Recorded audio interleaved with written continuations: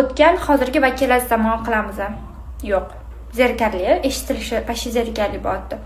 Mana bunaqa qilaylik. O'tgan tugallangan, o'tgan davomiy, o'tgan oddiy, hozirgi zamon, hozirgi davomiy zamon, hozirgi tugallangan zamon. Future qo'shib ketamiz, going to обязательно qo'shamiz. Modal fe'llari kerak, noto'g'ri fe'llar kerak, yana nima?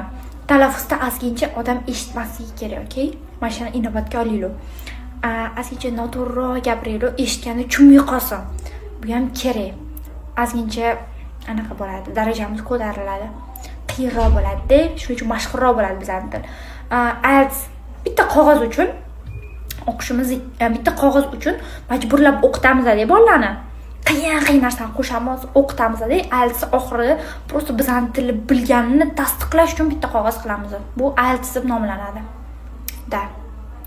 Mana shunaqa. Keyin yana bir nimalarni qo'shamiz, okay?